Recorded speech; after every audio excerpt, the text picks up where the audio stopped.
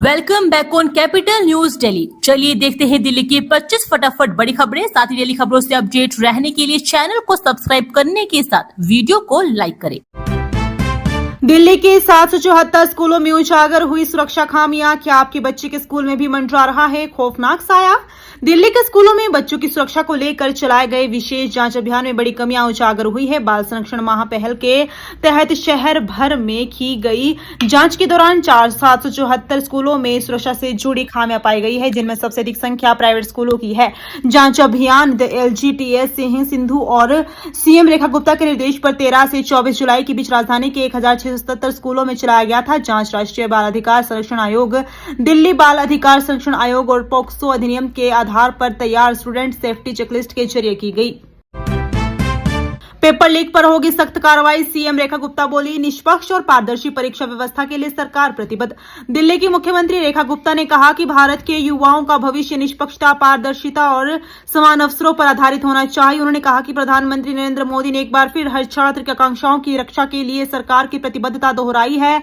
मुख्यमंत्री ने कहा कि सरकार पेपर लीक जैसी अनियमितताओं के खिलाफ सख्त कार्रवाई करने और मजबूत कानूनी प्रावधानों के जरिए परीक्षा प्रणाली को अधिक सुरक्षित और विश्वसनीय बनाने के लिए प्रतिबद्ध है।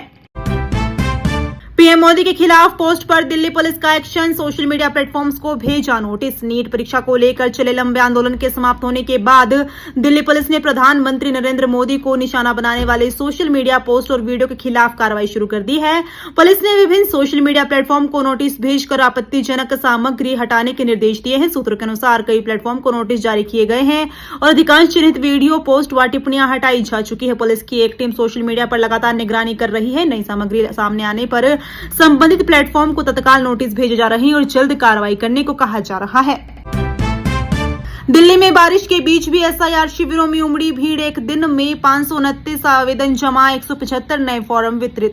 SIR अभियान के तहत रविवार को मंडावली स्थित सद्भावना समुदाय भवन और न्यू गोविंदपुरा में मतदाता सूची संबंधित आवेदन भरने के लिए विशेष शिविर लगाए गए। रविवार होने के कारण बड़ी संख्या में लोगों ने शिविरों में पहुंचकर SIR प्रक्रिया में भाग लिया। स्थानीय BLO और RWL प्रतिनिधि एक स्थान पर मौजूद रहे, जिससे लोगों को फॉर्म भरने, आवश्यक दस्तावेजों की जानकारी लेने और आवेदन जमा करने में सुविधा मिली। न्यू गोविंदपुरा में RWA ने लोगों को आवेदन प्रक्रिया पूरी कराने में सक्रिय भूमिका निभाई। RWA अध्यक्ष कमल टूटेचा, उपाध्यक्ष सुनील कौशिक, सचिव नितिन गुगलानी समेत अन्य अधिकारियों ने क्षेत्रवासियों की सहायता की। 12 साल बाद टाउन वेंडिंग कमेटी चुनाव, कई आरक्षित सीटों पर नहीं मिले प्रत्याशी। दिल्ली में रेहड़ी पटरी वालों को आजीविका का अधिकार देने के लिए एक आय कानून को 12 वर्ष बाद टाउन वेंडिंग कमेटियों के चुनाव हो रहे हैं, लेकिन शर्तों और प्रत्याशियों के अभाव में कई समितियों में पद रिक्त हो जाएंगे। हालांकि इसके बीच MCD ने चुनाव की तैयारियां पूरी कर ली है। अब 2 अगस्त को चुनाव होंगे, जबकि 4 अगस्त को परिणाम आएंगे। MCD को 23 TVS में 545 नामांकन आए हैं। प्रत्येक समिति में 30 सदस्य होते हैं। इसमें 12 सदस्य निर्वाचन के माध्यम वह होते हैं तो कि रेहड़ी पटरी लगाते हैं और उनका प्रतिनिधित्व करते हैं, जबकि 18 सदस्यों को मनोनीत किया जाता है। UGC की ऑनलाइन कार्यशाला में रोजगार परक MOCS कोर्स पर जोर, शिक्षाविदों से मांगे सुझाव। UGC के इंटर यूनिवर्सिटी सेंटर व लिंगियाज Lalita Devi institute of management and sciences के सहयोग से शिक्षाविदों के लिए MOOC जागरूकता को लेकर ऑनलाइन कार्यशाला आयोजित की गई। इसमें देश भर के शिक्षाविद जुड़े। सभी से रोजगार परक व गुणवत्तापूर्ण ऑनलाइन कोर्स तैयार करने के लिए सुझाव मांगे गए। इसका उद्देश्य छात्रों को अपनी सुविधा के अनुसार सीखने, नए विषयों तक पहुंच बनाने और रोजगारोन्मुख कौशल विकसित करने के बेहतर अवसर उपलब्ध करवाना है। MCD स्थायी समिति का चुनाव आज। सत्य शर्मा का लगातार दूसरी बार चेयरपर्सन बननाते। MCD वित्तीय मामलों की सर्वोच्च समिति स्थायी समिति में आज चुनाव होगा। इसमें लगातार दूसरी बार भाजपा पार्षद सत्य शर्मा स्थायी समिति के चेयरपर्सन पद काबिज होगी। साथ ही सत्यपाल सिंह डिप्टी चेयरमैन निर्वाचित होंगे। 18 सदस्यों वाली स्थायी समिति में भाजपा के अलावा किसी और ने नामांकन नहीं किया है, इसलिए चेयरपर्सन और डिप्टी चेयर पद पर दोनों का निर्विरोध निर्वाचित होना तय है। भाजपा के पास 12 सदस्य हैं।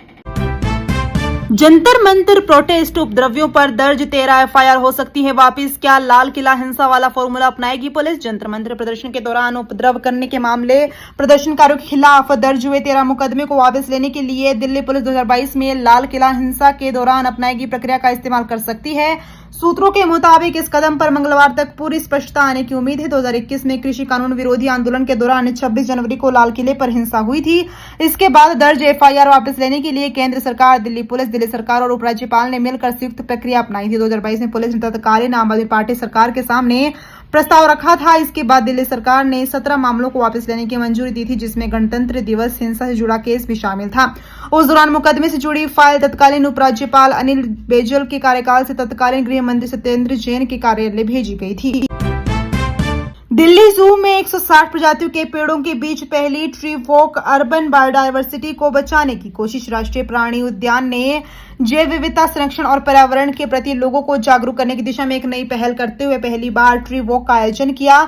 सुबह 7:30 से 10 बजे तक आयोजित इस कार्यक्रम में प्रकृति प्रेमियों, विद्यार्थियों, ट्रेकर्स और स्कूली बच्चों ने उत्साह के साथ भाग लिया। कार्यक्रम का संचालन प्रकृतिविद एवं वन्य जीव फोटोग्राफर संजय तिवारी ने किया। उन्होंने प्रतिभागियों को चिड़ियाघर परिसर में मौजूद विभिन्न प्रजातियों के पेड़ों की पहचान करवाई और बताया कि शहरी क्षेत्रों में जैव विविधता को बनाए रखने में इनकी कितनी महत्वपूर्ण भूमिका होती है। जंतर मंत्र की दीवारों से मिटे पोस्टर, लेकिन नीट आंदोलन की गूंज अब भी बरकरार। जंतर मंत्र से प्रदर्शन भले ही खत्म हो गया हो, लेकिन नीट आंदोलन की गूंज अब भी बरकरार है। कॉकरोच जनता पार्टी का धरना प्रदर्शन समाप्त होने के बाद शनिवार रात से रविवार दोपहर तक रिकॉर्ड 12 घंटे में एनडीएमसी ने जंतर मंत्र समेत अन्य स्थानों को फिर से पुरानी स्थिति में लौटाया, जिसमें विशेष सफाई अभियान के साथ सड़कों की धुलाई तथा फुट की मरम्मत रही। वैसे हरियाली को दुरुस्त करने में 24 घंटे का समय और लगेगा। प्रदर्शन स्थल और उसके आसपास के इलाकों में चले अभियान में करीब 60 मीट्रिक टन मिश्रित कचरा उठाया गया। सड़कों की धुलाई के साथ दीवारों पर लिखे आपत्तिजनक नारों पर भी रंग रोगन करवाकर उन्हें पहले की तरह साफ सुथरा बनाया। बच्ची को आधा पेट खाना और बिना कपड़ों के रखती थी बीमार मां। पड़ोसी ने वीडियो रिकॉर्ड कर दिल्ली पुलिस को भेजा। जीटीबी एनक्लेव इलाके में 6 साल की एक बच्ची को उसकी मानसिक रूप से बीमार मां द्वारा पिछले कई महीनों से किए जा रहे उत्पीड़न से पुलिस ने सुरक्षित बचा लिया। बच्ची को बाल कल्याण समिति की मदद से रेस्क्यू कर चिकित्सा जांच और देखभाल के लिए भेजा गया है, जबकि उसकी मां को इलाज के लिए एहवास में भर्ती करवाया गया है। पुलिस ने बताया कि जनता फ्लैट्स में रहने वाली महिला पर आरोप है कि वो अपनी बेटी को पर्याप्त भोजन नहीं देती थी। कई बार सजा के तौर पर उसे बिना कपड़ों के घर के बाहर खड़ा कर देती थी। स्थानीय लोगों का कहना है कि पिछले कुछ दिनों से घर से चीखने, चिल्लाने और मारपीट की आवाजें आती थी। पड़ोसी जब महिला को समझाते तो वह खुदकुशी करने की बात कहने लगती थी। दिल्ली एनसीआर में तेज हवाओं के साथ बारिश का अलर्ट। गर्मी और उमस से मिलेगी राहत। मौसमी उतार चढ़ाव के बीच सोमवार को दिल्ली एनसीआर में हल्की से मध्यम स्तर की बारिश होने का पूर्वानुमान है। हालांकि उमस भी परेशानी करेगी, लेकिन बारिश से कुछ राहत मिलने के आसार हैं। मौसम विभाग का कहना है कि बादलों की आवाजाही रहेगी, कहीं हल्की तो कहीं मध्यम बारिश भी चेतावनी है। अलबत्ता अधिकतम तापमान 40 डिग्री से नीचे ही रहेगा। सोमवार को दिल्ली का न्यूनतम तापमान 28.6 डिग्री सेल्सियस दर्ज किया गया। दिन का तापमान 35 डिग्री सेल्सियस के करीब रह सकता है। दिन में बादलों की आवाजाही बनी रहेगी। बीच बीच में धूप खिले रहने पर उमस से भी परेशानी होगी। 20 से 30 किलोमीटर प्रति घंटे की रफ्तार से तेज सतही हवाएं भी चल सकती है।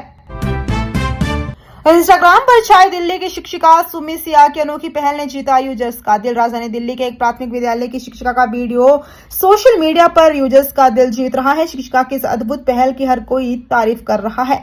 सोशल मीडिया के इंस्टाग्राम प्लेटफॉर्म पर पोस्ट किए गए इस वीडियो में साफ दिखाई दे रहा है कि कैसे एक सरल और कम लागत वाला तरीका नन्हे बच्चों को उनके स्कूल में दिन की शुरुआत से निरंतरता और जिम्मेदारी सिखा रहा है। शिक्षिका सुमी सियाग ने अपने इंस्टाग्राम पेज पर स्कूल के बच्चों का एक वीडियो पोस्ट किया, जिसका शीर्षक है मेरे नन्हे बच्चे कमान संभाल रहे हैं। वीडियो में सबसे पहले शिक्षिका क्लासरूम में प्रवेश करती दिखाई दे रही है। इसके बाद बच्चे क्लास के अंदर प्रवेश करते हैं और बच्चे सीट पर बैठने के बजाय दीवार लगे रंगीन बोर्ड के जरिए अपनी अपनी उपस्थिति दर्ज कराते हैं। लूटने को कैब बुक की, ड्राइवर का गला रेता, शव पर बैठ नाबालिग बदमाश ने चलाई थी 1.5 किलोमीटर कार।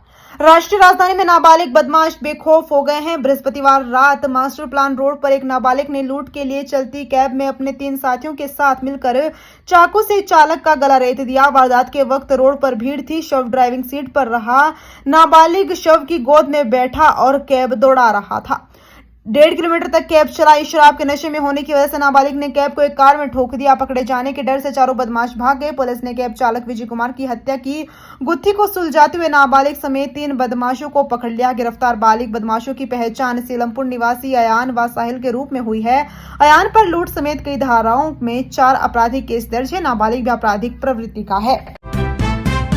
संसद मार्च में छात्रों पर पैलेट गन चलाने वाले आरएएफ जवान की पहचान, सीआरपीएफ जांच में 7 राउंड फायर का खुलासा। परीक्षा प्रश्न पत्र लीक के विरोध में संसद मार्च के दौरान प्रदर्शनकारियों पर पैलेट गन के इस्तेमाल के मामले में केंद्रीय रिजर्व पुलिस बल की जांच में बड़ा खुलासा हुआ है। जांच टीम ने उस रैपिड एक्शन फोर्स के जवान की पहचान कर ली है जिसने प्रदर्शन के दौरान पैलेट गन से फायरिंग की थी। सीआरपीएफ से जुड़े सूत्रों के अनुसार जांच में सामने आया है कि संबंधित जवान ने कुल 7 राउंड फायर किए थे।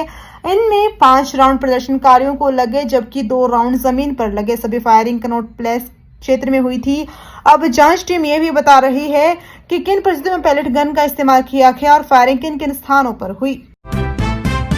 E20 पेट्रोल के मुद्दे पर बड़े आंदोलन की तैयारी में आप अरविंद केजरीवाल ने बुलाई बैठक। पेपर लीक मामले को लेकर जंतर मंतर पर छात्रों के आंदोलन के बाद केंद्रीय शिक्षा मंत्री धर्मेंद्र प्रधान के इस्तीफे को आम आदमी पार्टी ने युवाओं की बड़ी सफलता बताया है। सोमवार को आयोजित प्रेस वार्ता में पार्टी के राष्ट्रीय संयोजक अरविंद केजरीवाल ने आंदोलन में शामिल युवाओं का धन्यवाद किया।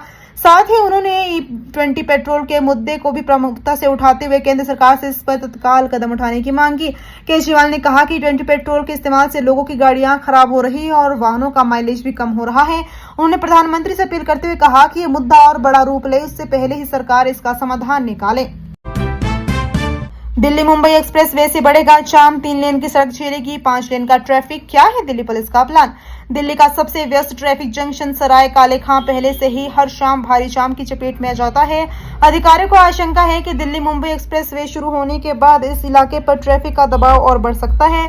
फिलहाल सराय काले खां पर रिंग रोड, डीएनडी फ्लाईवे और बारापुल्लाल एलिवेटेड रोड का ट्रैफिक एक साथ मिलकर आगे बढ़ता है। एक्सप्रेसवे के खुलने के बाद इसमें एक और हाई स्पीड ट्रैफिक कॉरिडोर छूट जाएगा जिससे यहां जाम और सड़क दुर्घटनाओं का खतरा बढ़ने की आशंका जताई गई है। अधिकारियों के अनुसार शाम 6 बजे तक रिंग रोड पर लगभग 2 किलोमीटर लंबा जाम लग जाता है, जबकि बारापुल्ला मार्ग पर वाहन कई बार आधे किलोमीटर से अधिक दूरी तक रेंगते हुए दिखाई देते हैं। सनडायर पार्क के फुटओवर ब्रिज से देखने पर वाहनों की लाल और सफेद लाइटों की लंबी कतारें साफ नजर आती है।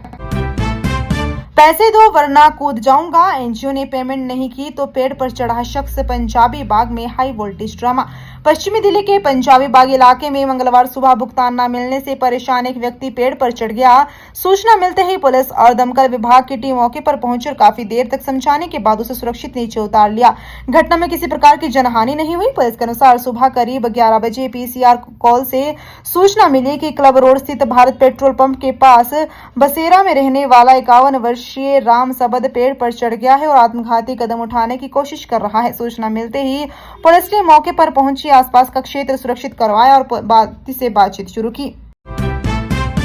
इंडोनेशिया में 240 ध्वस्त मंदिरों का जीर्णोद्धार करेगा भारत। एएसआई की टीम करेगी प्रम्बावन परिसर का सर्वे। भारतीय पुरातत्व सर्वेक्षण एक बार फिर विदेश में भारतीय सांस्कृतिक विरासत के संरक्षण की जिम्मेदारी निभाने जा रहा है। प्रधानमंत्री नरेंद्र मोदी की हालिया इंडोनेशिया यात्रा के दौरान वहां की सरकार ने जावा द्वीप स्थित विश्व प्रसिद्ध प्रम्बावन हिंदू मंदिर परिसर के संरक्षण और पुनर्स्थापन में भारत से सहयोग का अनुरोध किया था। इसके बाद एएसआई ने इस ऐतिहासिक परियोजना की तैयारी शुरू कर दी है। जल्द ही एएसआई की 3 सदस्यीय विशेषज्ञ टीम इंडोनेशिया का दौरा कर संरक्षण कार्य का प्रारंभिक आकलन करेगी। पंजाब में पेपर लीक होने के आरोप पर केजरीवाल का बीजेपी पर पलटवार, बोले सिर्फ नकल की कोशिश हुई। आम आदमी पार्टी के राष्ट्रीय संयोजक अरविंद केजरीवाल ने भाजपा के पेपर लीक संबंधी आरोपों को खारिज करते हुए कहा कि पंजाब में कोई पेपर लीक नहीं हुआ। उन्होंने कहा कि 10 साल तक दिल्ली में आम आदमी पार्टी की सरकार रही और उस दौरान एक भी पेपर लीक नहीं हुआ। इसी तरह पिछले 5 वर्षों से पंजाब में आम आदमी पार्टी की सरकार है और वहां भी किसी परीक्षा का पेपर लीक नहीं हुआ। केजरीवाल ने कहा कि भाजपा जिस घटना को पेपर लीक बता रही है वो वास्तव में पेपर लीक का मामला नहीं था। उनके मुताबिक एक परीक्षा के दौरान 2 परीक्षा केंद्रों पर कुछ छात्र स्मार्ट डिवाइस लेकर पहुंचे थे और उनके माध्यम से नकल करने की कोशिश कर रहे थे। हालांकि उन्हें समय रहते पकड़ लिया गया और उनकी कोशिश नाकाम कर दी गई, इसलिए इसे पेपर लीक कहना पूरी तरह गलत है। 100 साल बाद भी कारगर है गांधीवादी रास्ता। मेदांता से डिस्चार्ज होकर राजघाट पहुंचे सोनम वांगचुक। सामाजिक कार्यकर्ता सोनम वांगचुक ने 26 दिनों के उपवास और आंदोलन के समापन के बाद राजघाट पहुंचकर महात्मा गांधी को श्रद्धांजलि अर्पित की। उन्होंने कहा कि गांधी जी द्वारा दिखाया गया हिंसात्मक मार्ग आज भी उतना ही प्रासंगिक और उपयुक्त है जितना 100 साल पहले था। वांगचुक ने बताया कि वे पिछले 5-6 वर्षों से लद्दाख में गांधीवादी तरीकों का अभ्यास और प्रयोग कर रहे हैं। उन्होंने पाया कि तरीका स्थानीय स्तर पर बेहद कारगर साबित हो रहा है। हालांकि उन्हें शुरू में संदेह था कि कि क्या ये राष्ट्रीय स्तर पर भी सफल होगा। राजघाट पर श्रद्धांजलि देने के बाद उन्होंने कहा कि इस आंदोलन के माध्यम से उन्हें विश्वास हो गया कि गांधी जी का मार्ग राष्ट्रीय स्तर पर भी पूरी तरह प्रासंगिक है। यह न सिर्फ आज काम कर रहा है बल्कि आने वाले 100 या 1000 साल तक भी प्रासंगिक बना रहेगा। दिल्ली एनसीआर के कई इलाकों में झमाझम बारिश, उमस से मिली लोगों को बड़ी राहत। दिल्ली एनसीआर के कई इलाकों में सोमवार को बारिश शुरू हो गई, जिससे लोगों को लंबे समय से चली आ रही उमस और गर्मी से काफी राहत मिली है। आसमान में छाए बादलों और बारिश के बाद तापमान में गिरावट दर्ज की गई है। नोएडा के सेक्टर 63 सहित आसपास के इलाकों में अच्छी बारिश हो रही है। इससे सड़कों पर पानी जमा होने के साथ ही मौसम सुहावना हो गया है। इस दौरान जलभराव भी देखने को मिल रहा है। कई जगहों पर हल्की जाम की स्थिति भी उत्पन्न हो गई। मौसम विभाग ने पहले ही बारिश का अलर्ट जारी किया था। विभाग के अनुसार अगले 2 दिनों तक आसमान में बादल छाए रहेंगे और 20 से 30 किलोमीटर प्रति घंटे की रफ्तार से तेज तही हवाएं चलने की संभावना है।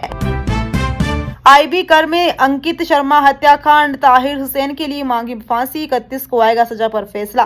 साल 2020 के उत्तर पूर्वी दिल्ली दंगों के दौरान आईबी कर्मी अंकित शर्मा की हत्या के मामले में दोषी ठहराए गए आरोपितों की सजा पर सोमवार को कड़कड़ुमा कोर्ट में सुनाई हुई। अदालत ने दलीलें सुनने के बाद अपना फैसला सुरक्षित रख लिया। 31 जुलाई को दोषियों पर सजा का ऐलान होगा। विशेष लोक अभियोजक ने कहा, मामले में विक्टिम्स की स्थिति का ध्यान रखना चाहिए। अंकित के शरीर पर 51 घाव मिले थे। उन पर ब्रूटली हमला किया गया। जानवरों की तरह हमला हुआ, इसलिए उन्हें मैक्सिमम पनिशमेंट के तहत मौत की सजा दी जानी चाहिए।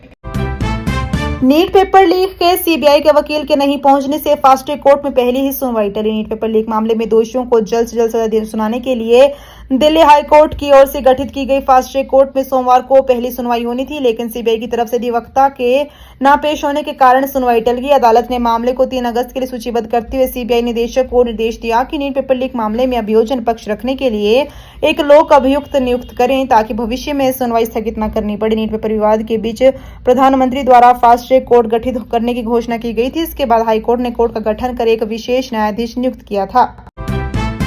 डीयूएसओल में शुरू होंगे 1 वर्षीय 5 पीजी कोर्स। 4 वर्षीय स्नातक छात्रों को मिलेगा नया विकल्प। डीयू के स्कूल ऑफ ओपन लर्निंग ने 4 वर्षीय स्नातक पूरा करने वाले विद्यार्थियों के लिए open and distance learning mode में 1 वर्षीय स्नातकोत्तर कार्यक्रम शुरू करने की घोषणा की है। यह व्यवस्था शैक्षणिक सत्र 26-27 से लागू होगी। शुरुआत में वाणिज्य, राजनीति विज्ञान, इतिहास, हिंदी और संस्कृत विषयों में 1 वर्षीय पीजी पाठ्यक्रम संचालित किए जाएंगे। एसओएल के अनुसार इन पाठ्यक्रमों में केवल वही विद्यार्थी प्रवेश ले सकेंगे जिन्होंने 4 वर्षीय स्नातक कार्यक्रम पूरा किया हो और निर्धारित पात्रता शर्तों को पूरा करते हुए इन कार्यक्रमों के लिए प्रवेश प्रक्रिया जल्द शुरू की जाएगी। नेशनल हेराल्ड केस, सोनिया और राहुल गांधी को दिल्ली हाई कोर्ट से मिला जवाब। दाखिल करने का समय। नेशनल हेराल्ड से जुड़े मनी लॉन्ड्रिंग मामले में आरोप पत्र रद्द करने के ट्रायल कोर्ट के निर्णय के खिलाफ ईडी की याचिका पर दिल्ली हाईकोर्ट ने जवाब दाखिल करने के लिए कांग्रेस पूर्व अध्यक्ष सोनिया गांधी व राहुल गांधी सहित अन्य को जवाब दाखिल करने के लिए 3 सप्ताह का समय दिया है। ट्रायल कोर्ट ने मामले पर संज्ञान लेने से इनकार कर दिया था। अदालत ने समय रहते हुए मामले की सुनवाई 10 सितंबर तक के लिए स्थगित कर दी। कंगना का सीजेपी पर तीखा हमला। जेएनजी के प्रदर्शन में अभद्र भाषा पर बोली, इनकी रील्स देखकर आ रही उल्टी। अभिनेत्री एवं भाजपा सांसद कंगना रनौत ने कॉकरोच जनता पार्टी के नेतृत्व वाले प्रदर्शनों के इंस्टाग्राम रील्स पर तीखा हमला बोला। उन्होंने इन रील्स को प्यूक इंड्यूसिंग बताया। उसके बाद से सांसद के इस बयान पर पक्ष और विपक्ष दोनों के तरह के कमेंट आने शुरू हो गए हैं। दरअसल प्रदर्शन के दौरान कुछ प्रदर्शनकारियों के अभद्र भाषा और व्यवहार को लेकर पूरे देश में रोष जताया जा रहा है। मंडी से सांसद कंगना रनौत ने सोमवार को इंस्टाग्राम स्टोरीज पर लिखा, वे जिस तरह बोल रहे हैं और जिस भाषा का इस्तेमाल कर रहे हैं, मैंने कभी अपनी जिंदगी में हर फ्रेम में इतना विवादित और भद्दा सब कुछ एक साथ नहीं देखा। इन्हें कौन जन्म दे रहा और पाल रहा है। आंखों पर पट्टी बांधी, रात भर अंधेरे में रखा, फिर मसूरी छोड़ दिया। सीजेपी वॉलंटियर का पुलिस पर गंभीर आरोप। जंतर मंतर प्रदर्शनकारियों को भोजन वितरित करने वाले मोहम्मद जुनैद नामक व्यक्ति ने आरोप लगाया कि शुक्रवार रात दिल्ली पुलिस ने उन्हें उठाया, आंखों पर पट्टी बांध और पूछताछ के बाद उन्हें मसूरी में छोड़ दिया। जुनैद ने दावा किया कि उन्हें पूरी रात अंधेरे में रखा गया और अगले दिन एक अधिकारी ने उनके फंडिंग के स्रोत के बारे में पूछा। प्रदर्शनकारियों को भोजन वितरित करने के तरीके के बारे में भी सवाल किए गए। जुनैद ने बताया कि वह आरएमएल अस्पताल से लौट रहे थे, जहां उन्होंने कुत्ते के काटने का इलाज करवाया था। उन्होंने एक वीडियो में बताया कि दिल्ली पुलिस का दावा करने वाले कुछ लोग उन्हें और उनके साथी को रोक कर ले गए। जुनैद ने पूछताछ में कहा कि प्रदर्शनकारियों को भोजन और पानी दान और समर्थकों द्वारा ऑर्डर करने के बाद मिलता है।